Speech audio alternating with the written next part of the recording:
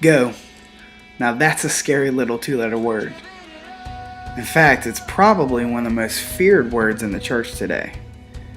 And yet, God tells us to go. It was the last thing Jesus said before he left and went back to heaven, was to go ye into the world preaching his word. And so many times us Christians are so afraid to move from where we are because we're afraid that it's going to cost us something. And it will. I mean, Jesus promised. Because they hate him, they're going to hate us. So it's going to cost us.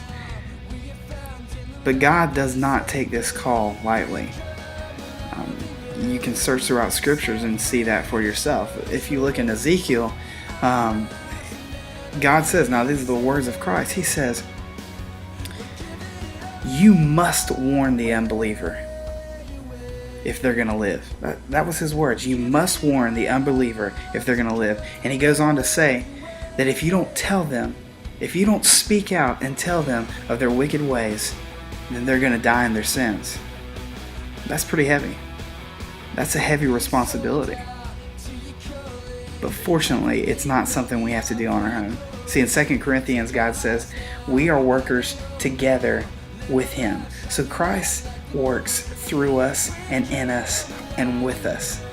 That's encouraging. That God has called us to ministry, and he will be right beside us the whole way. He's going to take care of us. He's going to give us everything we need to succeed. In Matthew, he says, I will give you everything you need from day to day if you make the kingdom of heaven your primary concern. So team, I want to encourage you as you live your life off the stage. Make the kingdom of heaven your primary concern. And I promise you, God will do great things in you. Well, I look forward to seeing you on Thursday.